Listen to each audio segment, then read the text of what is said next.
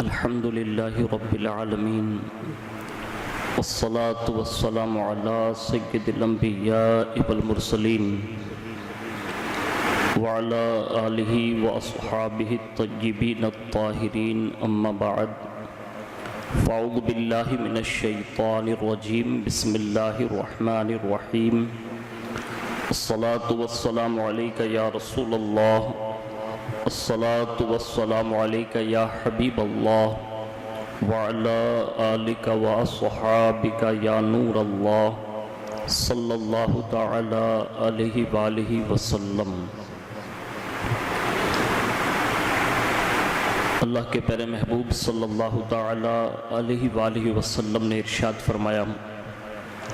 من صلی علی یوم الجمعہ ولیلۃ الجمعہ مئۃ من الصلاۃ قضى اللہ لہ مئۃ حاجۃ سبعین من حوائج الآخرہ وثلاثین من حوائج الدنیا، یعنی جو مجھ پر جمعہ کے دن اور رات 100 مرتبہ درود شریف پڑھے، اللہ عز و جل اس کی 100 حاجتیں پوری فرمائے گا، 70 آخرت کی اور 30 دنیا کی، اور اللہ عز و جل ایک فرشتہ مقرر فرما دے گا جو اس درود پاک کو میری قبر میں یوں پہنچائے گا جیسے تمہیں تحائف پیش کیے جاتے ہیں۔ بلا شبہ میرا علم میرے وصال کے بعد ویسا ہی ہوگا جیسا کہ میری حیات میں۔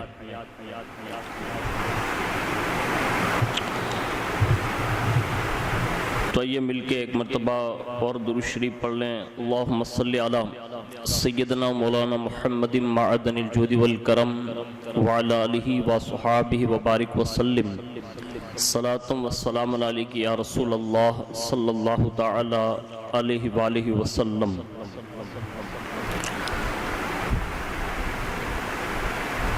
نیت اگر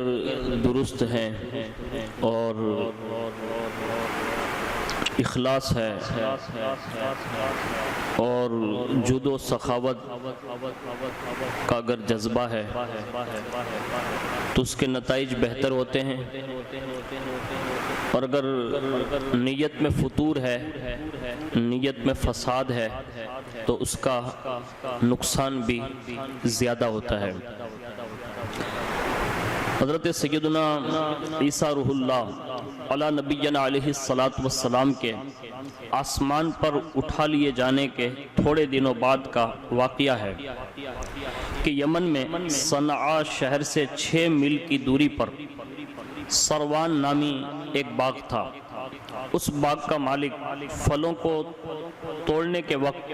فقیروں اور مسکینوں کو بلاتا تھا، اور ہوا سے گرنے اور نیچے بچھی ہوئی چادر سے الگ گرنے والے پھل ان کے لیے چھوڑ دیتا تھا۔ اس طرح اس باغ کا بہت سا پھل فقراء و مساکین کو مل جایا کرتا تھا۔ باغ کا مالک مر گیا تو اس کے تینوں بیٹے اس باغ کے مالک ہوئے جو بہت بخیل تھے۔ ان لوگوں نے آپس میں طے کر لیا کہ اگر فقیروں اور مسکینوں کو ہم لوگ بلائیں گے تو بہت سا پھل یہ لوگ لے جائیں گے اور ہمارے اہل و عیال کی روزی میں تنگی ہو جائے گی۔ چنانچہ انہوں نے قسم کھائی کہ سورج نکلنے سے قبل ہی چل کر ہم لوگ باغ کے پھل توڑ لیں تاکہ فقراء اور مساکین کو خبر ہی نہ ہو۔ ناگہاں رات ہی میں اللہ عز و جل نے باغ میں ایک آگ بھیج دی جس نے پورے باغ کو جلا کر خاک ستر کر دیا، اور ان لوگوں کو خبر بھی نہ ہوئی۔ یہ لوگ اپنے منصوبہ کے مطابق رات کے آخری حصے میں جب باغ کے پاس پہنچے تو وہاں جلے ہوئے درختوں کو دیکھ کر حیران رہ گئے۔ انہوں نے کہا کہ ہم لوگ راستہ بھول گئے ہیں۔ پھر غور و فکر کے بعد ان کو پتا چلا کہ ہم راستہ نہیں بھولے، بلکہ اللہ عز و جل نے ہمیں پھلوں سے محروم کر دیا ہے۔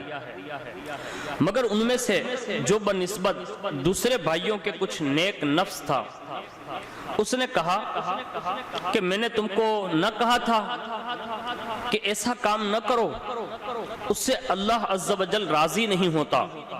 لہذا تم لوگ خدا کی تسبیح پڑھو اور اپنے ارادے سے اللہ عز و جل کی بارگاہ میں توبہ کرو۔ تو ان سب نے کہا ہمارے رب کے لیے پاکی ہے، ہم لوگ یقیناً ظالم ہیں کہ ہم نے فقراء و مساکین کا حق مارا ہے۔ پھر وہ تینوں بھائی ایک دوسرے کو ملامت کرتے ہوئے کہنے لگے جو اللہ تعالیٰ نے قرآن عظیم میں ارشاد فرمایا، قالوا یا ویلنا انا کنا طاغین عسى ربنا ان يبدلنا خیرا منها انا الى ربنا راغبون۔ بولے ہائے خرابی ہماری، بے شک ہم سرکش تھے، امید ہے کہ ہمیں ہمارا رب اس سے بہتر بدل دے، ہم اپنے رب کی طرف رغبت لاتے ہیں۔ حضرت سیدنا عبداللہ ابن مسعود رضی اللہ تعالی عنہ نے فرمایا کہ ان لوگوں نے سچے دل سے توبہ کر لی تو اللہ تعالیٰ نے ان لوگوں کی توبہ قبول فرمائی اور پھر ان کو اس کے بدلے میں ایک دوسرا باغ عطا فرما دیا۔ اس باغ کا نام حیوان تھا، اس میں انگور کا ایک خوشہ کھچر کا بوجھ ہو جایا کرتا تھا۔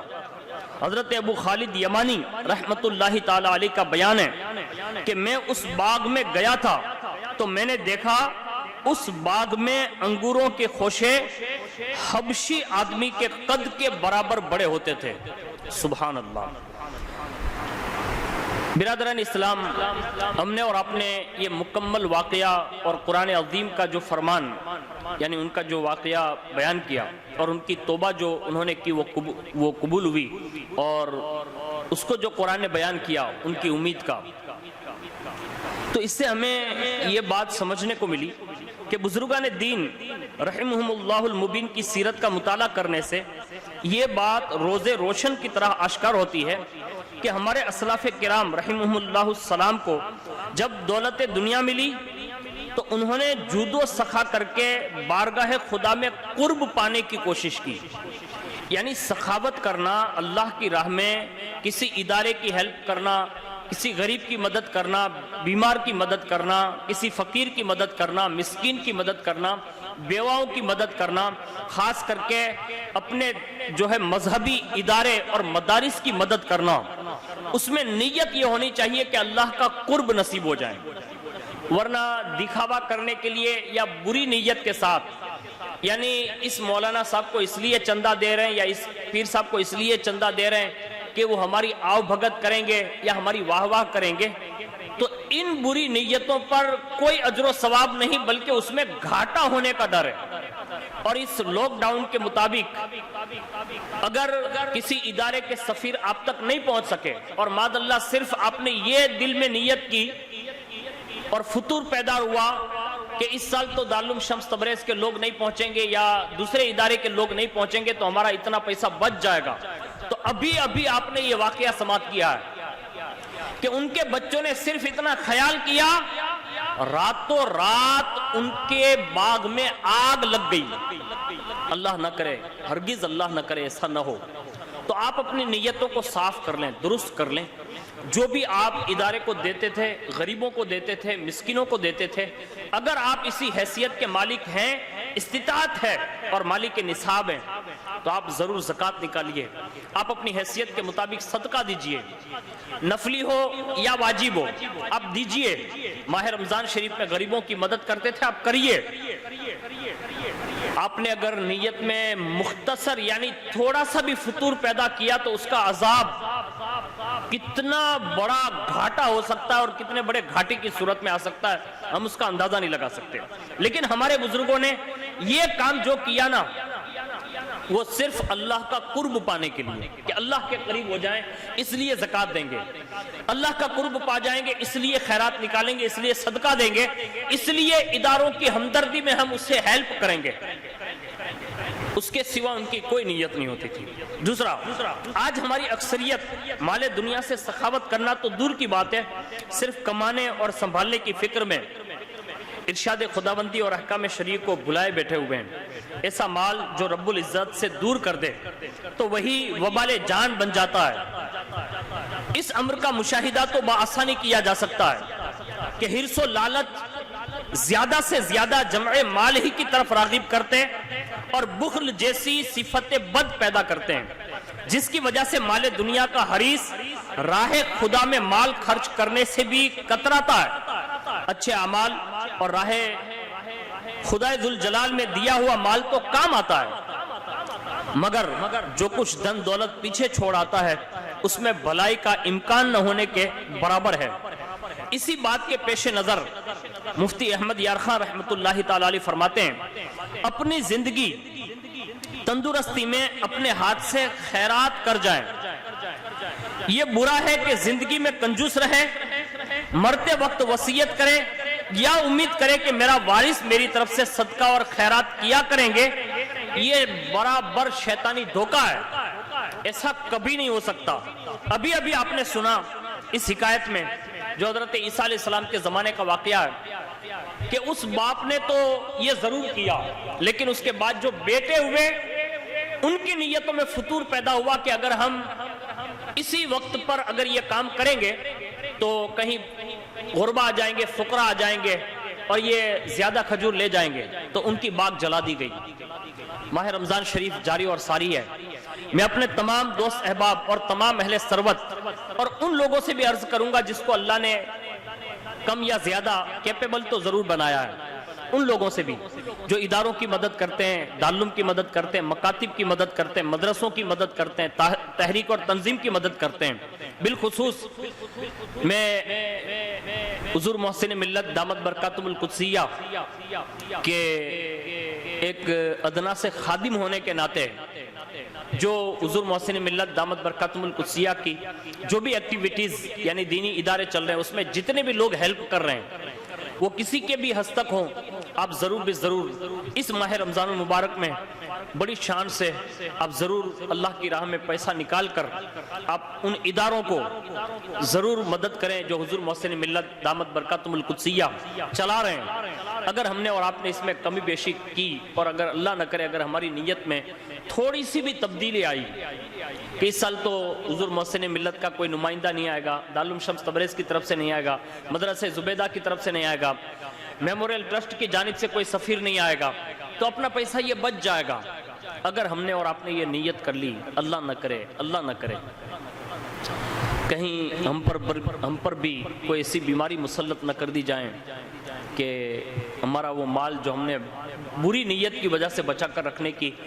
جو ہے وہ سازش کی تھی، کہیں ہماری وہ سازش ملیاں میٹ نہ ہو جائیں۔ اس لیے اچھی نیت کے ساتھ، دل کی گہرائیوں کے ساتھ، خوش دلی کے ساتھ آپ اگر مالک نصاب ہے زکوٰۃ دیں گے، مالک نصاب ہے صدقہ فطر دیں گے،